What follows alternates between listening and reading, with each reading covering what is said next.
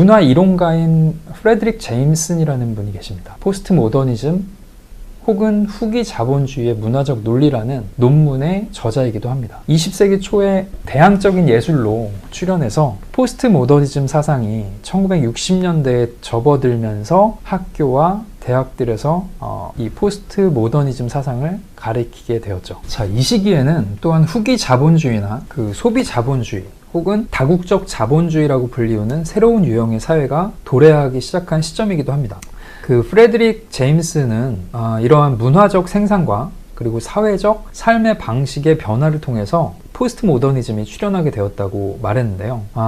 이 각 시기를 구별하는 급진적인 구분은 일방적으로 내용의 완전한 변화를 수반하는 것이 아니라 오히려 이미 주어진 많은 요소들을 재구성해내는 것과 관련이 있다고 해도 과언이 아니었습니다. 다시 말해서 모더니즘 예술에서 부수적이거나 그리고 중요하지 않은, 즉 중심적이라기보다는 오히려 주변적인 특징들이 그 1960년대에 접어들면서 문화적 생산의 중심적인 특징들이 되었고 그 과정에서 포스트 모더니즘이라고 하는 새로운 그 무언가가 등장하게 되었다는 것입니다. 자, 1970년 그리고 80년대에 활발하게 진행되었던 포스트 모던 디자인은 프레드릭 제임슨의 지적과 그 맥락을 같이 하고 있습니다. 자, 1990년대에 접어들면서 디자인에서는 모던 대 포스트 모던의 그 이분법적인 구도를 넘어서 좀 다원주의적 경향의 새로운 디자인들이 이제 출현하게 되었어요. 그리고 많은 각광을 받기 시작했죠.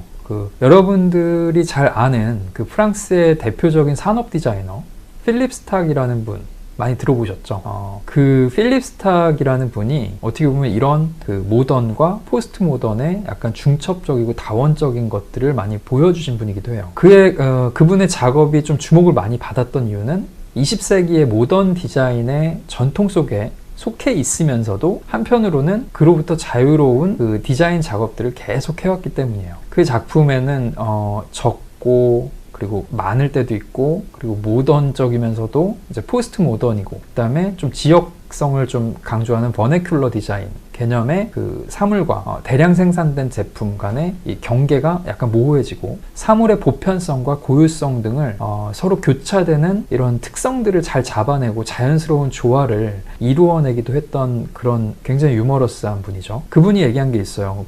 나는 본질적이고 핵심적인 것이 더 중요함을 잘 알고 있지만 더 많은 유머와 그리고 더 많은 환상, 더 많은 사랑이 필요하다. 뭐 이렇게 얘기를 한 것 같아요. 그 필립 스탁의 이런 열린 디자인 사고하고 그 감각은 그 20세기 중후반부부터 현재까지 전 세계적으로 좀 많은 관심을 갖다가 최근이 아니죠. 몇 년 전에 리타이어 한다고 했었죠. 디자이너를 좀 회의를 느낀다고. 근데 이 필립 스탁이 그 다원주의 시대의 디자인을 좀 개인주의적인 자유분방함과 그리고 예술가적인 해석으로 잘 드러내고 있죠. 근데 이제 드룩 디자인이라고 또 들어보셨을 거예요. 이 드룩 디자인은 디자인 사회적 그 맥락과 그 역사적 전통, 그리고 디자인과 예술 생활과 그리고 삶의 문제들에 대해서 보다 사회 공동체적인 의식에 좀 더 초점을 맞추고 있기도 합니다. 드룩 디자인의 그 철학을 보면은 그 디자인이 그 주변 세상과 대화한다고 그래요. 대화하면서 커져간다는 그 사실이 굉장히 중요하다고 하는데, 사회와 문화의 전개에 좀 자극이 되고 동시에 그에 반응하는 새로운 길을 발견하는 것,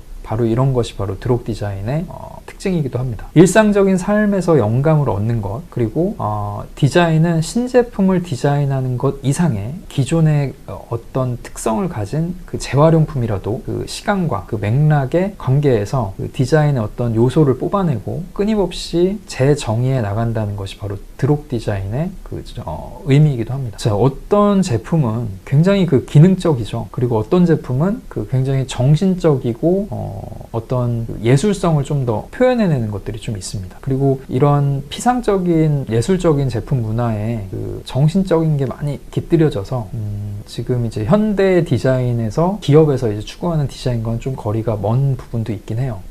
이런 디자인의 그 상상력에 호소하고 그리고 새로운 지평을 여는 디자인의 영역을 드룩 디자인에서는 좀 더 확장하고 싶어 했던 거기도 합니다. 이 드록 디자인의 주체를 했던 분이 레니 마커스라는 분인데, 그 20세기 전반기와 그리고 후반기 그리고 상이한 현대 디자인의 역사가 새로운 차원에서 좀 통합되어야 된다는 것을 굉장히 강조를 했어요. 사회 문화적 기능이 있어야 되고, 그리고 디자인과 예술의 관계를 좀 더 다시 한번 고려를 해봐야 되고, 이런 것들을 이제 종합적으로 좀 정의 내리고 싶어 했던 것이 바로 드록 디자인의 철학이었던 것 같습니다. 이러한 관점에서 지금 제가 저번 시간에 얘기했죠. 필립 코틀러의 그 마케팅 3.0이라는 이 마켓을 세 분야로 나눴었죠. 여기서 언급했듯이 시장과 고객을 단순한 비즈니스 차원에서 다뤘던 전통 마케팅 방법이 좀 이 모더니즘 시대의 디자인이라고 보면요, 이 시장과 고객을 포괄적 가치와 그리고 숨어있는 니즈를 찾기 위한 방향으로 발전하고 있는 그런 점들을 좀 강조했던 2.0,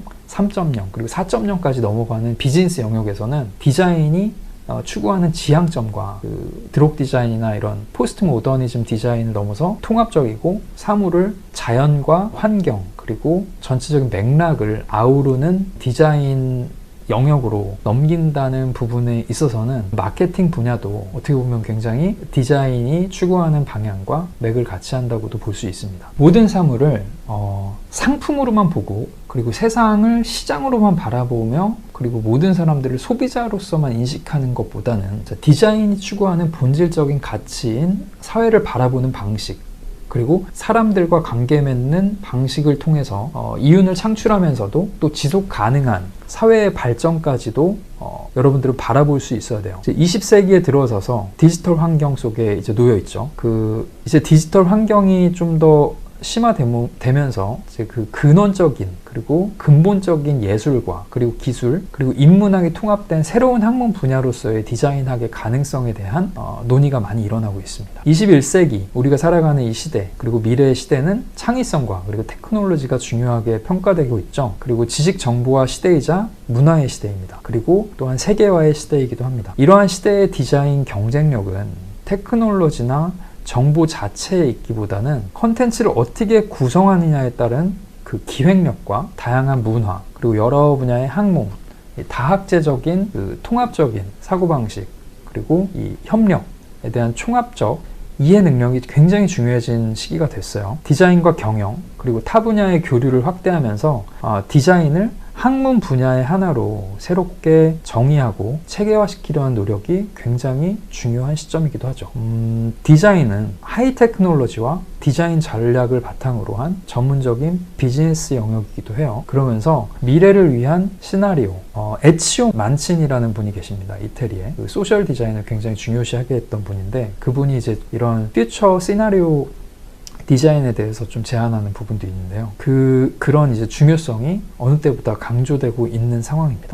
제 생각에는 지금까지 얘기했던 이런 디자인의 역사, 디자인의 역사를 지금까지 알아봤는데, 이 디자인의 역사를 쭉 알아보면서 공통점이 있습니다. 그게 뭐냐면은 1, 2차 세계대전 그 전쟁을 겪고 굉장히 그 물품이 이제 귀하고 이런 시기에 기능적이고 핵심적인 부분만 사람들에게 전달을 해줘도 미학적으로 받아들여지는 시기가 있었죠. 이제 마켓 2.0으로 넘어가면서 소비자의 욕구와 니즈가 점점 다양화되면서 이제 포스트 모더니즘이라는 게 나왔죠. 그러면서 이런 것들을 받아들이다 보니 좀 더 다원화되고 통합적이고 인본주의적, 인문학적 그리고 다양한 분야의 것들이 다학제적으로 모여있는 그런 관점의 디자인 영역들이 이제 나타나기 시작한 거예요. 마찬가지로 같은 맥락에서 이제 마케팅이라는 분야도 마켓 1.0 시대를 지나오면서 소비자를 단순히 소비자, 마켓, 자기의 제품을 팔아서 이윤을 남기기 위한 대상으로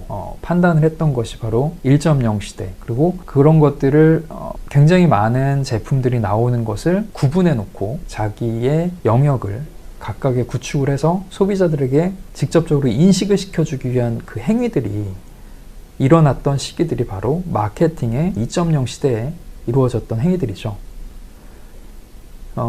마케팅과 이 디자인, 특히나 제품 디자인의 연계성은 서로 그 시대를 지나오면서 굉장히 많은 콜라보레이션이 일어났던 분야이기도 합니다.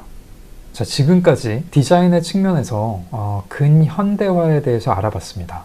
디자인의 역사적 타임라인을 짚어보는 것은 앞으로 마케팅에 대한 기본적인 이론을 배우면서 디자인이 적용되거나 연계되는 부분에 대한 통찰과 그리고 이해를 위해서 반드시 필요하고, 그리고 배경 지식으로 여러분들이 활용할 수 있는 부분이기 때문에 잘 숙지하시고 또 계속해서 공부하시길 바랍니다.